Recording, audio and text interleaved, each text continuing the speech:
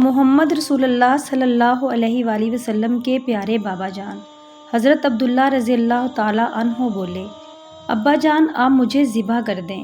اب انہوں نے چھری لی، حضرت عبداللہ کو بازو سے پکڑا اور انہیں ذبح کرنے کے لیے نیچے لٹا دیا۔ جو ہی باپ نے بیٹے کو لٹایا، بسم اللہ الرحمن الرحیم، رسول خدا محمد صلی اللہ علیہ وآلہ وسلم کے آباء و اجداد سے متعلق تاریخی اور حدیثی جو واقعات نقل ہوئے ہیں، ان میں سے ایک عجیب و غریب واقعہ حضرت عبد المطلب رضی اللہ تعالیٰ عنہ جو حضور صلی اللہ علیہ وسلم کے دادا جان تھے، ان کی نظر اور آپ کے پیارے بابا جان حضرت عبداللہ رضی اللہ تعالیٰ عنہ کے ذبح کی داستان ہے۔ حضور صلی اللہ علیہ وآلہ وسلم نے ارشاد فرمایا، میں دو ذبیحوں کا بیٹا ہوں۔ ایک ذبیح حضرت اسماعیل علیہ السلام ہیں جن کو ذبیح اللہ کہا جاتا ہے، اور آپ جانتے ہیں کہ آپ کو آپ کے بابا جان حضرت ابراہیم علیہ السلام نے اللہ رب العزت کی راہ میں قربان کرنا چاہا تھا، اور اللہ نے ان کے بدلے جنت سے جانور بھیجا، اور ہر سال مسلمان عید الاضحیٰ کے موقع پر حضرت ابراہیم علیہ السلام کی قربانی کی یاد میں جانوروں کی قربانی پیش کرتے ہیں۔ مگر دوسرے ذبیح کے بارے میں رسول اللہ صلی اللہ علیہ وآلہ وسلم نے فرمایا کہ وہ میرے پیارے بابا جان حضرت عبداللہ رضی اللہ تعالیٰ عنہ ہیں۔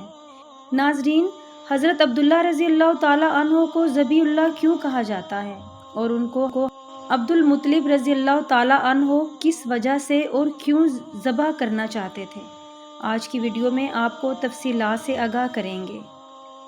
ناظرین، حضرت عبداللہ رضی اللہ تعالیٰ عنہ کی ذبح کی داستان کو بہت سے محدثین اور مورخین نے تھوڑے بہت اختلاف کے ساتھ اپنی کتابوں میں نقل کیا ہے۔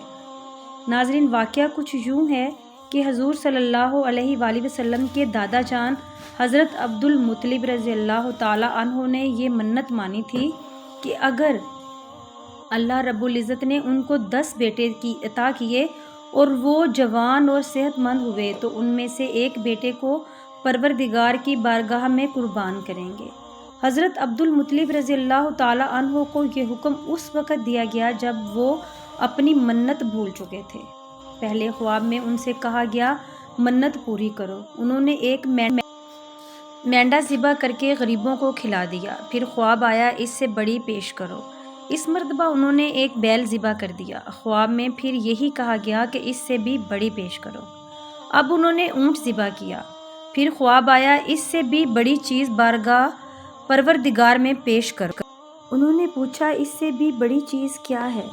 تب کہا گیا اپنے بیٹوں میں سے کسی کو ذبح کرو جیسا کہ تم نے منت مانی تھی۔ اب انہیں اپنی منت یاد آئی، اپنے بیٹوں کو جمع کیا، ان سے منت کا ذکر کیا، سب کے سر جھک گئے۔ کون خود کو ذبح کرواتا ہے؟ آخر امام الانبیاء جناب محمد صلی اللہ علیہ وآلہ وسلم کے پیارے بابا جان حضرت رضی اللہ تعالیٰ عنہ بولے، ابا جان آپ مجھے ذبح کر دیں۔ یہ سب سے چھوٹے تھے، سب سے خوبصورت تھے، سب سے زیادہ محبت بھی حضرت عبد المطلب کو انہی سے تھی، لہٰذا انہوں نے قرعہ اندازی کرنے کا ارادہ کیا۔ تمام بیٹوں کے نام لکھ کر قرعہ ڈالا۔ حضرت عبداللہ کا نام نکلا۔ اب انہوں نے چھری لی، حضرت عبداللہ کو بازو سے پکڑا اور انہیں ذبح کرنے کے لیے نیچے لٹا دیا۔ جو ہی باپ نے بیٹے کو لٹایا، حضرت عباس سے ضبط نہ ہو سکا، فوراً آگے بڑھے اور بھائی کو کھینچ لیا۔ اس وقت یہ خود بھی چھوٹے تھے۔ ادھر باپ نے عبداللہ کو کھینچا۔ اس کھینچا تانی میں حضرت عبداللہ کے چہرے انور پر خراشیں بھی آئیں۔ ان خراشوں کے نشانات مرتے دم تک آپ کے چہرے انور پر باقی رہے۔ اسی دوران بنو مخزوم کے لوگ آگے، انہوں نے کہا آپ اس طرح بیٹے کو ذبح نہ کریں، اپنے رب کو راضی کرنے کے لیے بیٹے کا فدیہ دیں۔ اب سب فدیہ کیا دیا جائے؟ ناظرین، فیصلہ یہ ہوا کہ کاغذ کے ایک ٹکڑے پر 10 اونٹ لکھے جائیں، دوسرے پر حضرت عبداللہ کا نام لکھا جائے۔ اگر 10 اونٹ والی پرچی نکلے تو 10 اونٹ قربان کر دیے جائیں، اور اگر حضرت عبداللہ والی پرچی نکلے تو 10 اونٹوں کا اضافہ کر دیا جائے۔ پھر 20 اونٹ والے پرچی اور حضرت عبداللہ والی پرچی ڈالی جائے۔ اب اگر 20 اونٹ والی پرچی نکلے تو اونٹ قربان کر دیے جائیں، ورنہ 10 اونٹ بڑھا دیے جائیں۔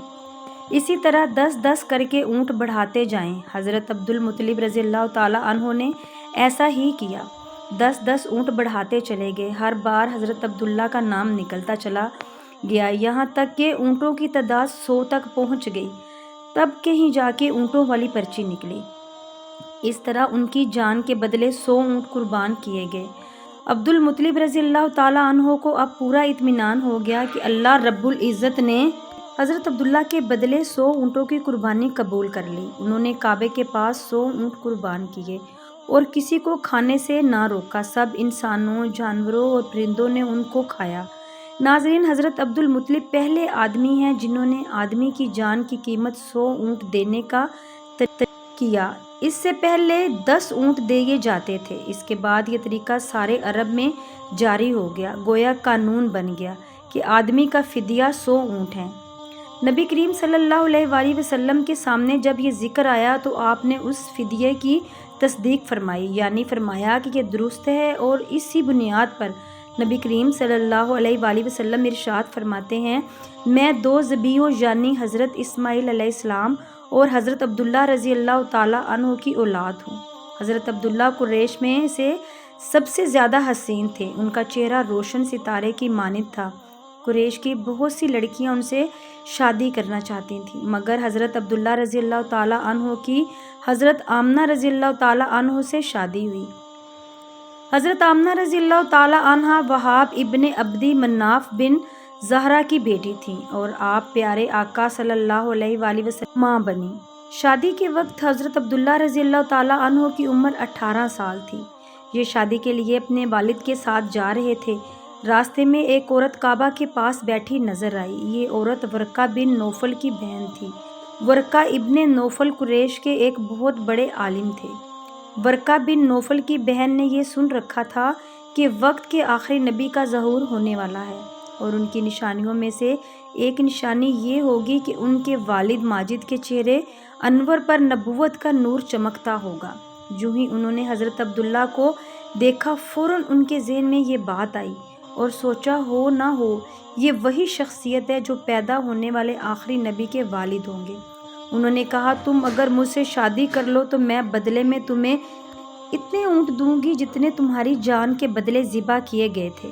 جس پر حضرت عبداللہ نے جواب دیا، میں اپنے باپ کے ساتھ ہوں، ان کی مرضی کے خلاف کچھ نہیں کر سکتا۔ اور یوں اللہ رب العزت کے حکم سے حضرت عبداللہ کے چہرے میں جو نور چمکتا تھا، شادی کے بعد وہ حضرت آمنہ رضی اللہ تعالیٰ عنہ کے چہرے میں آ گیا، اور پھر ان کے بدن اطہر سے امام انبیاء جناب محمد صلی اللہ علیہ وآلہ وسلم کی ولادت باسعادت ہوئی۔ ناظرین، اگر ویڈیو پسند آئی ہے تو اس کو لائک کیجئے، چینل کو سبسکرائب کیجئے اور کمنٹ باکس میں حضرت محمد صلی اللہ علیہ وآلہ وسلم کا نام ایک بار ضرور ٹائپ کیجئے۔ شکریہ۔